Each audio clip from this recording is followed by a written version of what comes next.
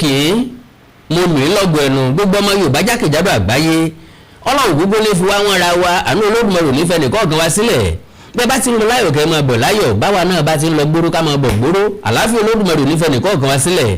àrùn ọ̀rọ̀ tí ń dà nílẹ̀ ràn-ìràn ń ti ń lọ níta ń ti ń dà lúrú lọ́wọ́ ń ti ń bá fẹ́fẹ́ wọ̀ yá àjà ó náà lọ̀rọ̀ Tope Alabi àti Lizzy Anjorin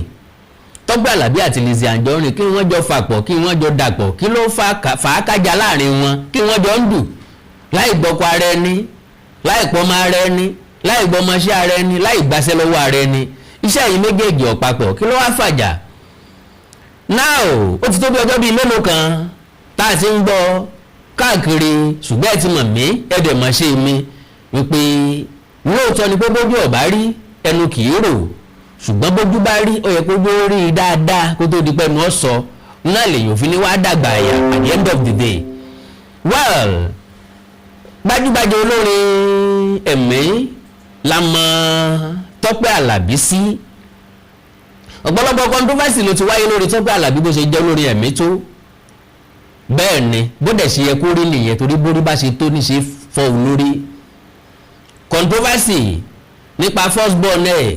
àti bàbá nǹkankan controversy nípa ohun àtàláṣeyọrí controversy ìrọ́pọ̀ lọ́run lórúkọ kan controversy ńgbà wedding ọmọ ẹ̀ náà oríṣiríṣi controversy ló surround ìgbé ayé Tope Alabi which is very very normal fún ẹnikẹ́ni tó bá ti jẹ́ ológo because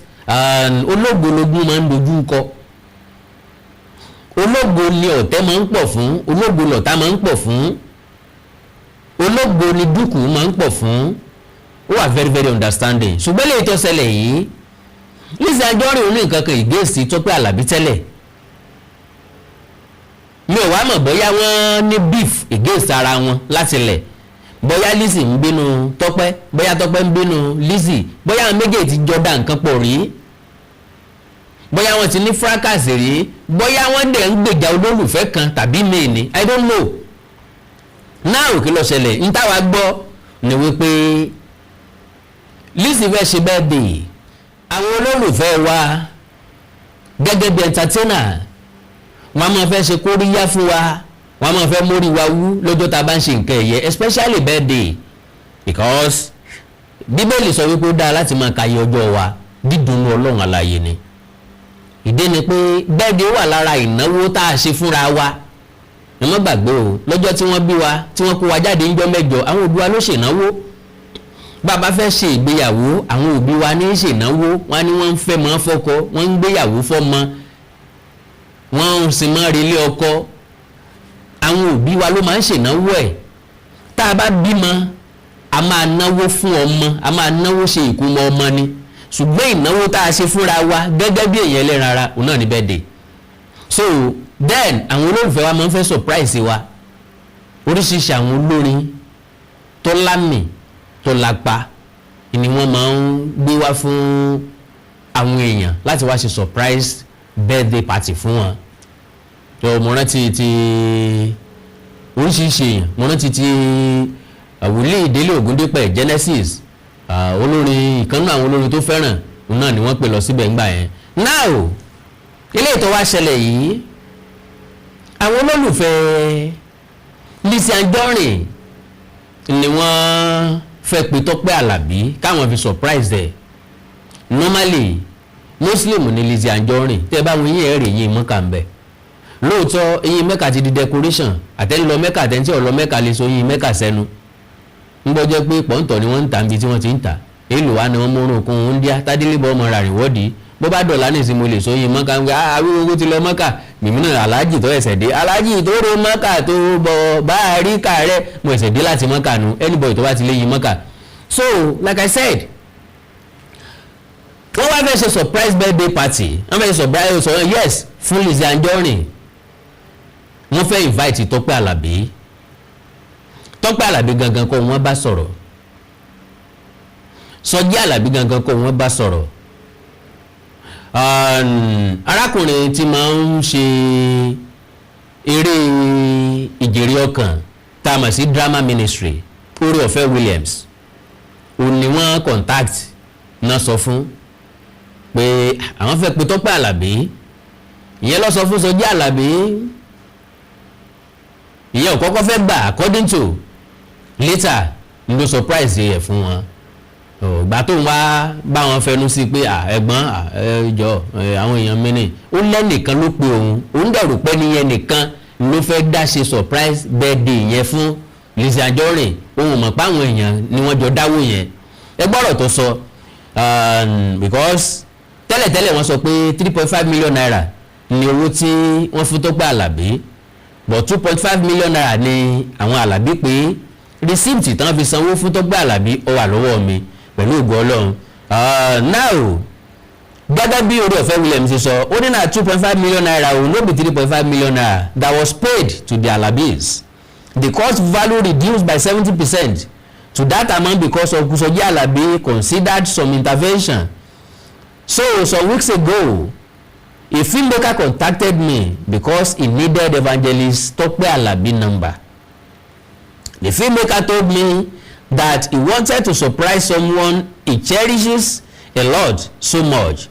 No name was mentioned and I assumed maybe it could be his wife or anybody sha. This conjunction is not far-fetched as he did create an impression that he was personally funding the surprise. The impression was given that it was a joint contribution by any team. No impression was given that it was a joint contribution by any team. Of course, I would not have doubted him because I'm not unaware that this filmmaker is rich enough to fund the surprise. I contacted Uncle Sọjí Àlàbí and after that he released his number to the filmmaker. It was supposed to be the birthday surprise of a public figure and I still marvel till tomorrow about why her name was conspicuously hidden by the filmmaker who contacted me. Uncle Sọjí informed me that day will be very busy and I pleaded with him to attend, having considered any possibility for a rescheduling. He also mentioned the amount was low for a birthday surprise, but I prevailed on Uncle Sọjí and he eventually honored my plea to receive the agreed amount after giving the 70% price reduction due to my intervention. However, the requirement of 2.5 million naira was met for the birthday surprise. Nonetheless, the identity remained hidden until they got to the venue. The main question is, why was the celebrant's identity hidden and for what reason? It was at the moment I received a call from Uncle Sọjí, who had already made up his mind to leave the venue. Sincerely speaking, I would never have spent the next 15 seconds there if I was in his position. Nobody loves to be manipulated. I can tell you authoritatively that he is the president of Gospel Vibes and he takes decisions. He told me on phone he was leaving. I also wondered why someone would keep a public figure anonymous, even for me, whose name he used to have such an access to the Alabis and reduce the amount to be paid. The reason they returned the money and left was not particularly because of the celebrant or anyone around the venue, as I have read in some articles. They felt deceived and were not given the entire privilege of a choice by conscience. Minister Sọjí and Tope Alabi and their team have on several occasions honored Christians and Muslims as their fans cut across multiple languages and religions. Please note the sum received was 2.5 million naira, which was paid to the Alabis in 3 tranches and not 3.5 million naira. Èèyàn mẹ́ta ló dẹ̀ send owó yẹn lóòótọ́, marker receipt yẹn fún. The inflated price published by some writers is erroneous. The Alabis made an instant refund of 2.5 million naira. I had to request for the payment receipt from the Alabis before I feel quite bitter about such manipulation and the grievous mob misinterpretations given to it. It is expedient to know that integrity, transparency, and accountability will always serve as the bedrocks to sustain healthy business relationships. You don't ask a singer to surprise a public figure only to keep the celebrant anonymous and eventually surprise the surpriser at the venue. You will be more surprised. Now, tẹ́ bá gbọ́ nǹkan tí Oore-Ọ̀fẹ́ Williams sọ, ẹ máa rí i pé point wà nínú ọ̀rọ̀ tó sọ nípa pé at least ẹ fẹ́ ṣe surprise fún yàn. Ẹni tẹ́ wá fẹ́ kó wá kọrin kó wá ṣe surprise fún, ẹ ti sọ identity ẹni yẹn fún lórí. Ó lè ní special number tó fẹ́ compose fẹ́ nìyẹn, yóò ti prepare ara ẹ̀ because ní tó gbowó fún nìyẹn. Kì í ṣe feasibility ẹ̀ àbí physicality ẹ̀ ni Lizzy Anjorin fẹ́ jẹ́ ní moment yẹn. Wọ́n ti ríra wọn on several occasions, wọ́n ti pàdé on several occasions, wọ́n ti mọra wọn tẹ́lẹ̀. Lizzy mọ Tope, Tope Alabi mọ Lizzy, wọ́n ń ṣàjèjì ara wọn. But gẹ́gẹ́ bí ẹni tẹ̀sán 2.5 million naira fún ṣẹ́gàn kọ́ ẹ̀kàn fẹ́ kọ́kàn kọrin wọlé kọ́kàn sọ̀rọ̀ wọlé kọ́dẹ̀ tán síbẹ̀ náà. Ó máa ní composition tó fẹ́ compose fẹ́ ń celebrant láti mú dé yẹ wà very very unique láti jẹ́ kórí ẹ̀ òwú. Gbọ́ngbà tẹ́ ẹ̀ dárúkọ fún kì í dẹ̀ sórí ojú agbo lọ́fẹ́ wá kọ, ìyẹn máa ń ní special number. Now ta ló wá jẹ̀bi? To the best of my understanding, Tope Alabi àti ọkọ rẹ̀ jẹ̀bi. Tọ́pọ̀ bí èèyàn bá máa ń bá èèyàn sòótọ́ ọ̀rọ̀. Ìdí tí Tope Alabi àtọkọ rẹ̀ fi jẹ̀bi ni pé bí èèyàn bá ṣe kò ń bẹ́ nǹkan tí ó wù yàn, tàbí èèyàn ṣalábàápàdé nǹkan tí ò tẹ́ èèyàn lọ́rùn, tàbí èèyàn déédéé já síbi tí ò yẹ kí èèyàn já sí, ní tí máa ń ṣẹlẹ̀ ni pé èèyàn ò ní rerú ẹ̀ mọ́. Tó bá di lọ́jọ́ mi yẹn wá lè béèrè dáadáa lọ́wọ́ anybody tó fẹ́ sanwó fún yín, ta lẹ fẹ́ kí n kọrin fún gangan, ta ló ń tọ̀hún. Ẹ mọ̀ bọ́yọ̀ rẹ̀ yín ni, bọ́yọ̀ ta yín ni, bọ́yẹ̀ ń tẹ́ lè kọrin fún ni, bọ́yẹ̀ ń tẹ́ lè kọrin fún ni. Ẹ mọ̀. So láti lẹ̀ tí ní gbowó, láti lẹ̀ tí ní lọ rárá because all wrong. Ó dẹ̀ ní many interpretation. Pé ẹ dé venue ẹ wá bọ́ọ̀lẹ̀ nu mọ́tò. Láti venue lè ti wá padà sílé yín ẹ wá send owó. To the best of my understanding, ọ̀tẹ̀ ni wọ́n ń pe léyìn. Bí ìgbà tí èèyàn kórìíra ẹni tí ń ṣe nǹkan ló túmọ̀ sí. So a jẹ́ pé Lizzy Anjorin ní every reason láti jáde láti sọ̀rọ̀ sí. Òun náà kàn wá fẹ́ràn àsọjù ni. Lizzy Anjorin ẹ sọ pé mi àkàndá ọ̀rọ̀ sọ pé Lizzy Anjorin fẹ́ràn àsọjù. Ànẹ́bà ń sọ fún wípé kò sí nǹkan tó lọ títí. Gbogbo àwọn tí wọ́n ń kí ọ tí wọ́n ń yìn ọ lónìí, àwọn náà máa padà come against you. Kọ́lẹ̀ kọrúkọ mi sí lẹ́yìn. Nígbà bọ̀bọ̀ kẹlẹ́nu wáyàwáyà dáńkú báyìí. Gbọ́sọ̀ báyìí níjọba yìí. Put it down, write it down. Ìwọ̀nba nìyẹn gbóná láì sọ̀kà. Ìwọ̀nba lèyàn máa ń fọkàn sí pé mo lé. Ǹdó àwa tá a bá lè naturally a máa mọ̀ pa á lè fúnra lára wa. Ṣùgbọ́n Yorùbá máa ń sọ wípé bọ́n máa ń pèèyàn lólè kì í tún gbọ́ mi rán dó mọ́. Tọ́n bá ti ń pèèyàn lólè fúnra ìrà ó máa try láti máa pa fún ẹ̀ mọ́. Ní wọ́n á sọ pé ó lé àgbé ọmọ ilé kí ọ̀nà máa sọ pé èmi lé o. Òun láti máa caution ara ẹ̀ láti correct impression wọn pé ó dẹ̀ máa ń nígbà tí mo lé o, kì í dẹ̀ sí gbogbo àná ni mo lé o. Ṣé mo wá jálá ìgbọràn, ṣé mo wá jálá gidi ni, ṣé mo tún wá jẹ́ kọ̀lọ̀ràn sí. So with that, Lizzy Anjorin láti tẹ̀ díẹ̀díẹ̀. People will be hailing you now. Ó jàre tẹ́lẹ̀tẹ́lẹ̀. Ó bá jẹ́ káwọn èèyàn jà fún ọ. Ṣùgbọ́n gbogbo nǹkan ló fẹ́ gbìjà rẹ̀. Má gbàgbé pé o kì í ṣe blogger. You are a business woman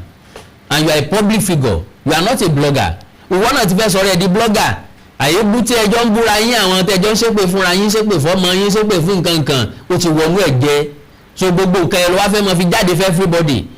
Báyìí ni mo ṣe tí mo fi mẹ́rùn ìsìn jẹ. Ẹ̀rùn á máa yẹn jura wọn lọ́rùn. Ó láwọn olólùfẹ́ tiẹ̀, Tope Alabi láwọn olólùfẹ́ tiẹ̀. Kò sẹ́ni tó kéré tí ò lólùfẹ́ tiẹ̀. Bí ó ti mọ ní ọmọ Akíndèdèrè ó ṣe bí òkú ìyá ẹ̀. Bí ó ti mọ ní ọmọ ọkọ ìyàwó ṣe lọ dì í. Irrespective ẹ̀ tó òkú lè jáde lónìí. Ẹni tí ò tí ì jáde sórí social media tó bá jáde sórí social media lónìí yóò láwọn tí ó like ẹ̀ tí ó rẹ́rìn sí nǹkan tó bá ń ṣe. Bàbá try gan, bèbí try gan. Ìbáàjẹ́ nonsense ló ṣe ń bẹ̀. Because there is always sense inside every nonsense. Now like I said, mo ní receipt ń bẹ lọ́wọ́ mi. Receipt eléyìí source account number Tope Alabi Gospel Vibes Limited FCMB ẹ má jẹ́ ń dárúkọ account number owó tí wọ́n san síbẹ̀ 2 point okay owó táwọn fi dá owó padà lélẹ́yìí receipt táwọn Tope Alabi fi dá owó padà lélẹ́yìí 2.5 million naira ni wọ́n dá padà yẹn ní April 4 2015 àbí 2025 eléyìí ẹni sẹ́ndì 1 million naira sí wọn from Aliu payment narration from Aliu source account name Aliu Olasunmade Adegoke òun sẹ́ndì 1 million naira sí Tope Alabi Gospel Vibes Limited account number one bẹ́ẹ̀ FCMB generated on Saturday March 15 2025 9:20 a.m. from Jay's Mobile. So eléyìí náà ó sẹ́ndì 900,000 naira okay same thing náà ni Aliu Olasunmade náà ni ó san 900,000 naira that means ẹ̀mẹ́ta ni wọ́n san owó yẹn because 900 plus 1,000 1 million naira that is 1.9 ẹnìkan sẹ́ndì 600,000 naira mi had the receipt yẹn unfortunately mo believe pé receipt yẹn ni mo pick tẹ́lẹ̀tẹ́lẹ̀ nígbà tí mo pick mẹ́ta yẹn mo gbọ́dọ̀ sáré wò ó mà ṣe o àṣàgbé ọmọ adìẹ sọlá unfortunately mo ṣe mistake láti má pick receipt 600,000 naira yẹn lélẹ̀ tó túmọ̀ sí pé iṣẹ́ mẹ́ta ni wọ́n send owó yẹn 1 million naira kan 900,000 naira kan àti 600,000 naira kan because ìgbà tí Lizzy Anjorin ṣètò tó ń bè lọ́wọ́ àwọn olólùfẹ́ ẹ̀ àwọn kan sọ pé 3.5 million naira làwọn san Lizzy was asking them ìgbà tẹ́ ẹ nírú adúrú owó bẹ́ẹ̀ lọ́wọ́ kí ló dé tẹ́ ẹ fóun kóun fi fún yín nílẹ̀ òun sọ fún pé òun like surprise òun ò kì í celebrate birthday ká ló ń fẹ́ pe olórin òun ò lè pe Tope Alabi wọ́n ní ńgbà tí àbí ìjáde lórí dòwe bí ọba lè pe Tope Alabi àwọn tó lè pe Tope Alabi pọ̀ dáadáa ẹ jẹ́ ká rẹ̀ ẹ́ lẹ̀ síra wa lóòótọ́ tí wọ́n bá ń bíyàn kó sí nǹkan téèyàn ò lè sọ ọ̀rọ̀ nídìí bá mo kó mo rò wá Lizzy Anjorin ò jẹ̀bi fún gbogbo nǹkan tó ṣe ẹran tó mérè jẹ́ lọ́jẹ́ gbẹ̀gìrì ọ̀sán àwọn Tope Alabi náà fa nǹkan yẹn fúnra wọn àti Tope Alabi àtọkọ ẹ̀ náà fa fúnra wọn because if I were Soji Alabi màá jẹ́ kó yéyàwó mi pé ọ̀rọ̀ tí ó ti di kíní yọ aráyé ò ní fẹ́ understand wa wọn dẹ̀ ní belief wa kí ni personal reason because ntí Tope Alabi fi lóun ọ̀bọ́ọ̀lẹ̀ ó ní personal reason ni mi ò jẹ́ kó ń bọ́ọ̀lẹ̀ gbà tó mọ̀ pé ilé Lizzy làwọn ọ̀dọ̀ Lizzy làwọn ń bọ̀ so Lizzy Anjorin náà dẹ̀ sọ̀rọ̀ pé ìgbà tí Tope Alabi dé kò bá wọn nínú ìṣẹ́ kò bá nínú ìyà sọ inú shopping mall ló ti bá àǹtí Tope my fans paid you 4 million naira and I had the evidence with me even if you were paid 500,000 naira can you imagine that àwọn náà ti inflate nǹkan tán fún wọ́n sọ pé 4 million ẹnìkan àwọn kan ní 3.5 million naira ni báwọn èèyàn bá show receipt tán fi gbowó ànímọ̀ pé 2.5 million naira náà dá padà ànímọ̀ pé 2.5 million naira dẹ́ san fún so later lọ́wọ́ ẹ̀sẹ̀ sọ wípé were you even if you were paid 500k were you not an actress in acting we were taught that if you are to kiss your enemy on a movie set you must do it you are a brand that your husband built with an empty stomach but I will not ruin everything because of what you did to me yesterday when you had issue with Prophet Ajanaku and the world rejected you I stood by you I play your music at times not because I need it but because I want to support you no matter how terrible you think I am not as bad as Prophet Ajanaku I am happy you also saw the goodness of God in my life when you were outside my place yesterday you called me your sister no matter how much they paid you you should not have reacted that way you are not as pure as me I have impacted and empowered people more than you I have added more values to the society than you if you judge me you are not God so as far as I'm concerned nobody can judge anybody. Kò sẹ́ni tó lè garanti wípé òun ṣe ju lágbájá lọ o Yorùbá ní àìdókú bá bẹ nìkan rí la fi máa ń pé kò sóko ẹni tó tó kó bá bá mi. My dear sister, débò míì náà àwọn kan wà tó jẹ́ pé aṣọ́re mọ́sìrègún ni wọ́n, afúnilóúnjẹ mọ́wùbẹ̀ ni wọ́n ń ṣoore bọ̀ tí wọ́n ní ká wọ́n ní sọ́síta. Are you telling us pé Tope Alabi àtọkọ ẹ̀ náà wà ní pàtì inú life kankan ni? Ìjà ló dé lórí dòwe, ẹjẹ́ parí ìjà, ẹjẹ́ sọ̀rọ̀ jà láàyè ọ̀tọ̀. Kò pẹ́ dandan káyọ̀ méjèèjì ó kíra yín mọ́. Because ọ̀rọ̀ tó bá ti dàbẹ́ yẹn tó bá jẹ́ mi ní ìfẹ́ bónítọ̀ ń ṣe mọ́ láyé. Ọ̀pọ̀lọpọ̀ nǹkan tí wọ́n ẹ̀sẹ̀ sọ lórí social media yẹn ọ̀wọ́ tiẹ̀ Tope Alabi òkúkú sọ̀rọ̀. Èrò gbogbo ẹ̀ rárá kò jáde kò sọ̀rọ̀ bẹ́ẹ̀ ń jáde sọ yìí lẹ́ ń sọ yìí. People will be pushing you. Àwa tá ń sọ̀rọ̀ tàbí ilé ìpá ń sọ̀rọ̀ amọ̀rọ̀ sọ. Ọ̀pọ̀lọpọ̀ àwọn èèyàn náà máa ń push wa láti sọ àwọn nǹkan kan. Bó bá tẹ̀lé ibi tó bó bá tẹ̀lé nǹkan táwọn èèyàn ń sọ èèyàn wọnú gbó o. Má jẹ́ kí praises àwọn olólùfẹ́ lónìí go get into your head. You are already a public figure, a celebrity. God has celebrated you. You have all it takes to enjoy life to the fullest. And God has been wonderful in your life. He has been wonderful to you. Ibi tó dé lónìí o lè mọ́ ní lọ́kàn pé ó máa débẹ̀ nínú èrò ẹ̀. So Ọlọ́run ti ṣe dáadáa fún ọ. Ò bá tẹ̀ jẹ́jẹ́ fi Tope Alabi lẹ̀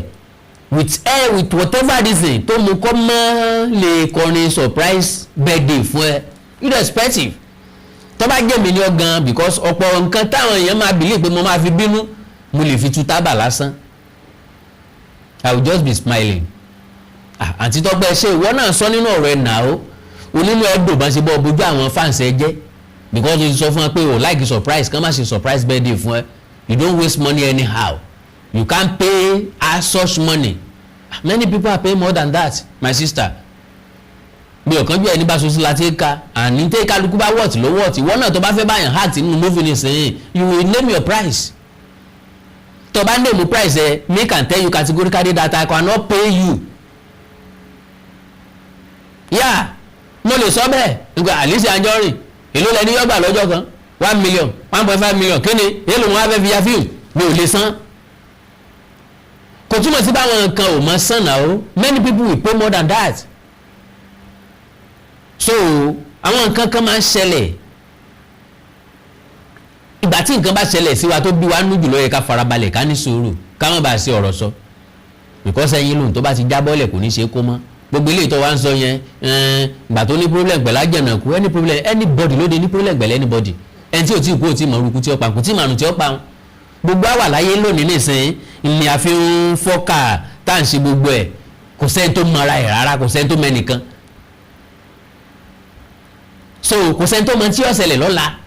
kò sẹ́ni tó lè proof pé kò sẹ́ni tó lè sọ pẹ̀lú àrídájú pé tí ó ṣẹlẹ̀ sí mi lọ́la lélẹ̀ kò sẹ́ni tó mọ ara ẹ̀ so with that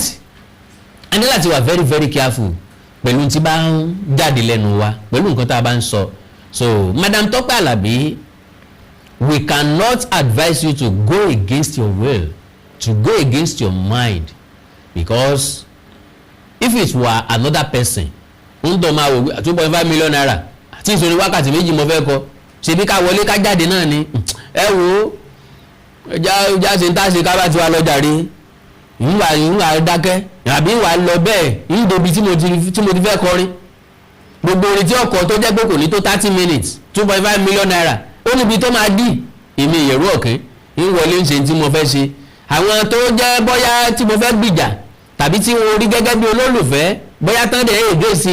Lizzy Anjorin tí mo fẹ́ please how will I please anybody I don't please anybody in my life I will say it as it is so àwọn tó dẹ̀ rí mi gẹ́gẹ́ bí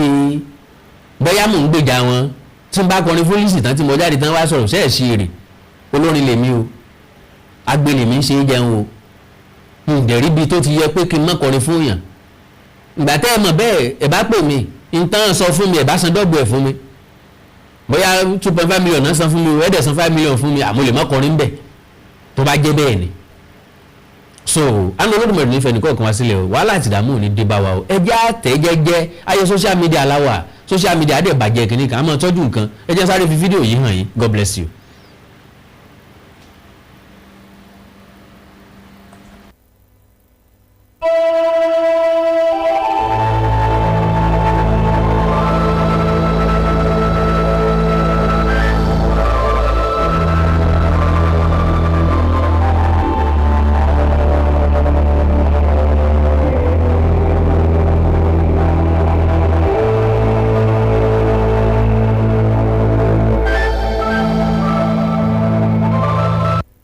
nígbà mo ti lọ ra machine Suzuki tuntun ìgbà yẹn mo bá rẹ̀ yọ kan ó ní mò ń gùn káàkiri bí mo ti ń gùn lọ mo wá gbé nìkan lọ sí ìgbà iléyà ni mo fi ń sọ̀kadà mo wá gbé nìyẹn lọ yídì ó fún mi lówó mo bá ní fún mi ó bá ní kí n fún change mo bá ní change èlò lọ fẹ́ gbà ó ní kí n bó mu bó ṣe lójú báyìí ọkàn jáwé yẹn gbà lọ́wọ́ mi ni pé owó kí ni the next time ọkọ̀ fọ́ létí ni pé ìwọ náà lè dì báyìí bó ṣe fọ́ létí ni mo wá sunkún wálé pé ta mọ̀ ṣẹ̀ kí lọ́ọ́ fẹ́ léyìí inú ìrìn àjò yẹn torí pé lọ́n fẹ́ lò mí ìgbà tí challenges yẹn wá di mo wá rò pé kí n mo lè ṣe so níbi mo ti ń bá a lọ kò pẹ́ mọ̀ níta mọ̀ sí nígbà náà Sunday Igboho wà ní gáràjì ọ̀báǹdè nígbà náà so èmi ń ta mọ̀ sí so ẹnìkan wà níbẹ̀ tọ́jú lórí gáràjì gbà yẹn so níbi mo ti ń ta mọ̀ sí yẹn mo wá ń ta lọ mo sá ń ta mọ̀ sí mo ń ta mọ́tò díẹ̀díẹ̀ mo ń ta mọ̀ sí gbèdé mọ́tò bí méjì ta. àwọn mọ́tò tán bá lókun wíwà nkọ̀ pẹ́ ni wàhálà dé mo sì accident nù so nínú accident yẹn pẹ̀lú machine nínú mọ́tò mo jáde nínú mọ́tò ni mọ́tò tó wá kọlu mọ́tò tí mo wà nú ẹ̀. jáde nínú mọ́tò bí wàá ṣe mi. ṣe rí mo jókòó wájú mọ́tò báyìí nígbà tí accident ń ṣẹlẹ̀ mo gba bíi jáde ni. mọ́tò tá a wá tí mọ́tò tó mò ń gbé tó kọlu mọ́tò èmi mo ta mọ́tò yẹn fẹ́ ni yẹn pọ́npọ́n ni àwa lọ kọlu mo gba bíi jáde ni so kíní yẹn wá gbé mi àwọn èèyàn lọ sọ fún mi kíní yẹn gbé mi lọ bó ṣe kú díẹ̀ kí n kan òpó náà mo sì lọ ọmọdé kẹlẹ́ ìjọta mo ń fi ran ọmọ mi àti ìyàwó mi pé ní mo ti lásìdẹ̀ntì lé o kíní gbé mi lókè báyìí bó ṣe gbé mi lókè báyìí wọn ló kù díẹ̀ kí n forí kan wáyà náà wọn ní kíní gbé mi padà ó dá mi padà báyìí bó ṣe wá dá mi padà orí mọ̀nbábọ̀ náà ló tún kù díẹ̀ kí n délẹ̀ kíní yẹn tún change mi mo wá fi bí gbálẹ̀ lórí mi bí mo ṣe yí lórí mi bí mo ṣe mọ̀ tí mo ṣe mọ̀ nù ìyẹn nìyá mi wá gbé mi lọ sí Seven Day Hospital nílé Ifẹ̀ ìbẹ̀rẹ̀ tí wọ́n á tọ́jú mi so lẹ́yìn oṣù mẹ́fà àwọn aṣọ fún ìyá mi pé kó lọ fẹsẹ̀ létọ́ wípé àwọn ọmọ tí ń sẹ́yìn pé padà tí máa padà délé mo kàn ń fún ẹ̀jẹ̀ mo kọ́kọ́ rìn lọ́nu ilé tí ìyá mi wà mí kiri ẹnìkan sáré mi ó mú padà wálé so mo ti ń fún ẹ̀jẹ̀ mo ń fún ẹ̀jẹ̀ lẹ́nu mo ń tú ẹ̀jẹ̀ lórí mi ṣe wálẹ̀ nu ìgbà tó rí wá wálẹ̀ kí orí mi tó wálẹ̀ àwọn tí wọ́n gbà àwọn mọ́sìn lọ́wọ́ mi tán sanwó padà mi ò dá ọmọ mọ́ ti gbé mọ́sìn lọ. nítorí rí pọ̀ ṣùgbọ́n nítorí mo ń sábà ṣe ni pé tó lọ bá ní tí ó fi á ṣe tó bá fẹ́ fi á dára ó fẹ́ lò àfúnra wa ó fẹ́ lò àfáwọn ẹlòmíràn kò ní gbà ká ṣe tó wù à àwọn èrí tí mo ti rí tó ti la ikú lọ́pọ̀ ìyẹn ló wá mú mi mọ́ sá kiri because gbèsè ti wà nílẹ̀ bára mi ṣe yí àwọn tí mo jẹ́ ń gbèsè wọn wá mi àwọn tí wọ́n wá fọgbọ́n gba mọ́sìn mi ò rí wọn mọ́ so mi ìkàtí ẹ̀ lé jáde gbèrè pé mọ̀ ń wẹ́nìyàn kan mọ́ torí wàhálà yẹn ti pọ̀ jù bẹ́ẹ̀ nìkan mọ̀ mo wá sáwálé Ifẹ̀ ìgbà mo wá sáwálé Ifẹ̀ létà mo tún wá rò pé kí mo sáà ń jókòó kanú lé mi ì lè jáde ni mo wá rò pé kí mo lè ṣe ọmọbìnrin kan wá bá mi sọ̀rọ̀ nítorí kan pé kí n já lọ ọ̀dọ̀ àǹtí mi àti ìpín soko lọ́mọ dá ń bẹ̀ kí wọ́n pọ̀ tiẹ̀ mú mi débẹ̀ tó bá ti mú mi débẹ̀ òun ó fi mí lẹ̀ bẹ̀ nígbà sàdọ́dọ̀ àǹtí mi bá nígbà mo lówó mi ò rẹ̀ ra ta fóun èmi ìyá mi la jọ ń gbádùn torí mo ti mú ìyá mi kúrò lóko ìyá mi ti lo mọ́tò mo ti tọ́jú ìyá mi mo ti mójútó àgbẹ̀ tí nígbà tí wà láyé dé ìyá mi bìbí fi pé bóyá torí pé mo mú òun kúrò lóko ni gbogbo ṣe ń bá mi jà ọmọ wa ní kí n dé wọn padà sáàrin sábúlé padà so ìyá padà gbogbo ẹ̀ sájà ọ̀sán wa sọ fún mi àǹtí mi ò lè sùn bí mi ní ilẹ̀ ti sùn ẹja sùn ọ̀sán ní kí n sùn bọ́sẹ̀ díjọ́ kejì ló fún mi lówó mọ́tò ó ní tuntun mọ́ lọ bí mo ṣe kó bẹ́ẹ̀ nu kí kó bẹ́ẹ̀ tí mo wá kó bẹ́ẹ̀ ọwọ́ èmi ọmọbìnrin wa jọ lọ orí òkè èkó yìí pé kí n lọ mọ́ gbé bẹ́ẹ̀ orí òkè èkó yìí mo wá wà pé mo gbé ìdí òpẹ́ mọ́ gbàdúrà mo fẹ́ mọ́ kàn gbé bẹ́ẹ̀ kí n sàmọ́ rí nǹkan kan tọrọ jẹ ẹ̀yìn ìgbà wọn ò ní wá rí mi mú bẹ́ẹ̀ wọn ò ní wá rí mi mú pé n pé bẹ́ẹ̀ mo wà ń sa kàkó bẹ́ẹ̀ tí n bá dẹ̀ rẹ́ tí mo mọ̀ ń wá yẹ ẹgbẹ́ kan fún. lẹ́yìn ọ̀pọ̀lọpọ̀ ìrìn àjò mi nínú ayé nínú ìṣòro àti nínú wàhálà àti nínú ìpọ́njú Ọlọ́run pàpà jẹ́ kó já sí ayọ̀ fún mi gbogbo ẹ̀yin tẹ́ ń wo ètò yìí ọ̀rọ̀ tẹ̀yin náà já sí ayọ̀ mo lọ sí orí òkè mo lọ pẹ̀tẹ́lẹ̀ mo lọ káàkiri ní ìjọ tí mo ń wá solúsàn sí ọ̀rọ̀ ayé mi lẹ́yìn tí ọ̀pọ̀lọpọ̀ wàhálà wá dé tán tí mi ò mọ ibi tí ń gbà lọ mo bá wòlíì tèmi pàdé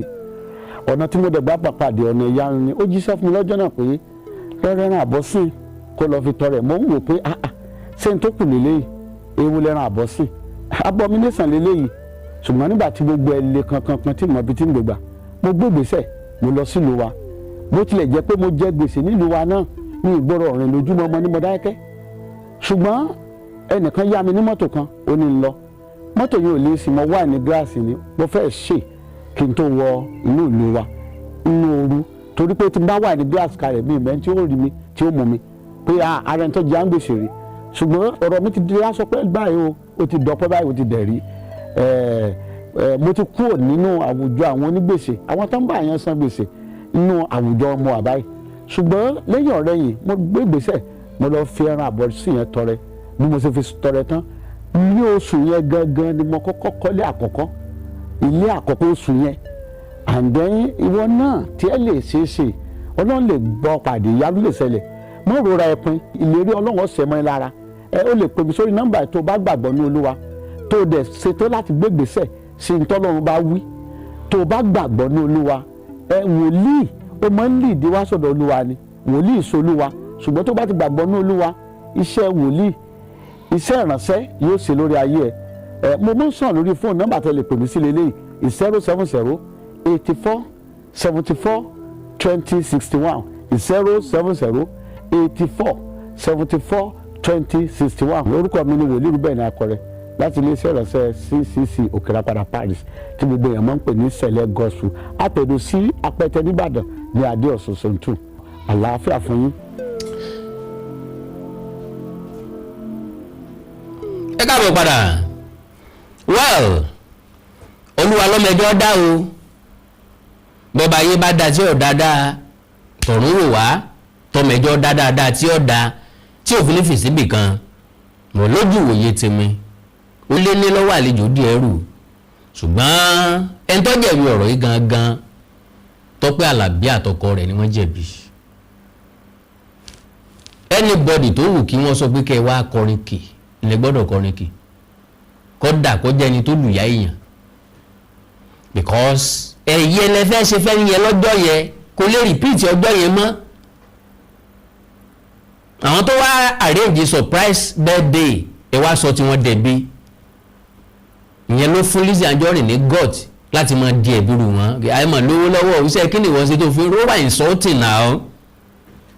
ṣùgbọ́n náà ti lè afford 1 million naira wọ́n náà ti lè dash èèyàn ni wọ́n náà ti lè send 1 million naira ó wà very very insulting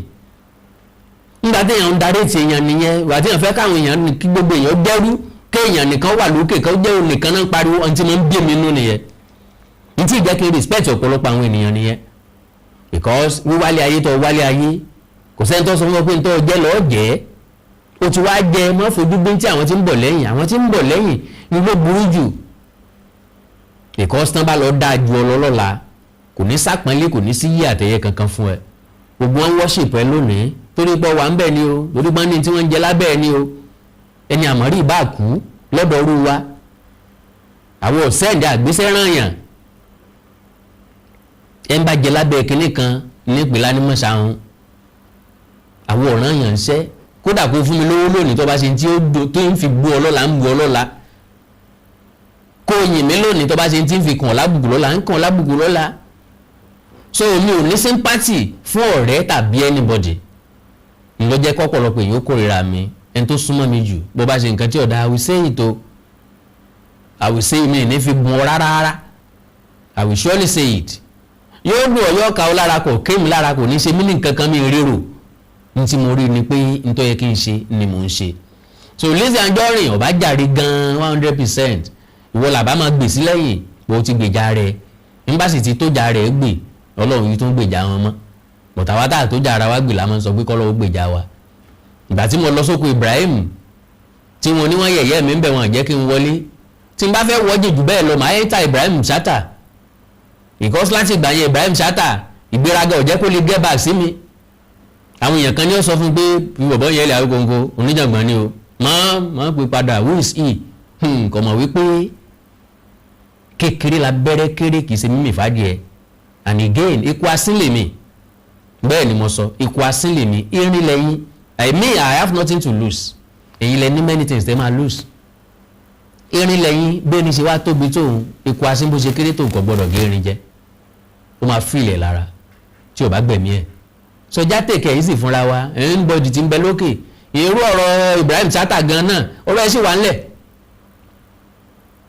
because mo gbọ́ interview kan tó ṣe lẹ́nu ọjọ́ mẹ́ta yìí ẹja fi lẹ́yìn sáyé ọ̀tọ̀ akandọ̀rọ̀ Awikonko ló kọ́ mi àjáwó àrò ni mi Awikonko aṣọ lójú ọlọ́rọ̀ bọ́lọ́rọ̀ bá gbọ́ kò sí baba ńlá baba ọlọ́run ó ṣe bọ́ bá lè ṣàtúnṣe kó ṣe bí ọ̀bá dẹ̀ lè ṣe kọ́ mọ bá láìfẹ́ lọ bẹ́ẹ̀ ẹnìkan kan ọ̀rẹ́ ẹnìkan kan ṣe ẹnìkan kan ọ̀dẹ̀ gàrí ẹnìkan kan ọ̀dẹ̀ wálé ayé ẹnìkan ẹ like follow page mi lórí Facebook Awikonko TV ẹ subscribe sí YouTube channel mi Awikonko TV ẹ wá ní nǹkan pàtàkì tẹ́fẹ́ kájọ ṣe já sọ lórí WhatsApp +234 904 851 9362 +234 904 851 9362 èdè àti àṣà Yorùbá ò ní wọ mi orílẹ̀-èdè Yorùbá ò ní dàrú ìlú ẹnìkọ̀ọ̀kan wa yóò tòrò mìnìmìnì àjò àṣẹ o. Awikonko Development Fans Club ilé aláyọ̀ ilé wa. Awikonko Development Fans Club ilé aláyọ̀ ilé wa. Ẹgbẹ́ tó dúró fún ìdàgbàsókè àti tẹ̀síwájú èdè àṣà àtún àjogúnbá ilẹ̀ Yorùbá. Ẹgbẹ́ tó fẹ́ ìrẹ́pọ̀ gbogbo ọmọ Yorùbá tó tún gbé àṣà àti ṣe Yorùbá lárugẹ. Awikonko Development Fans Club ilé aláyọ̀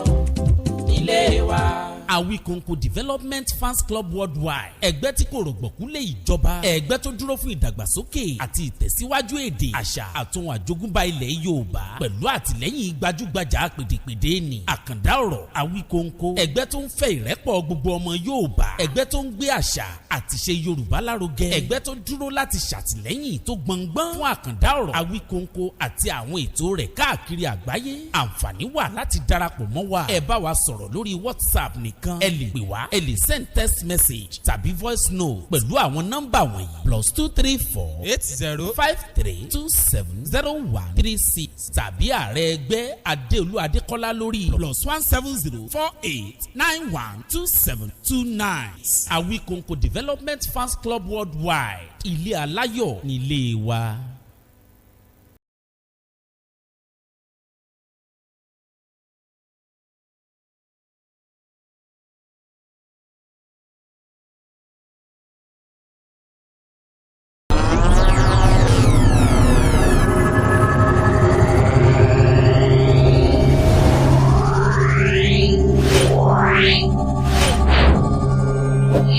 Wow.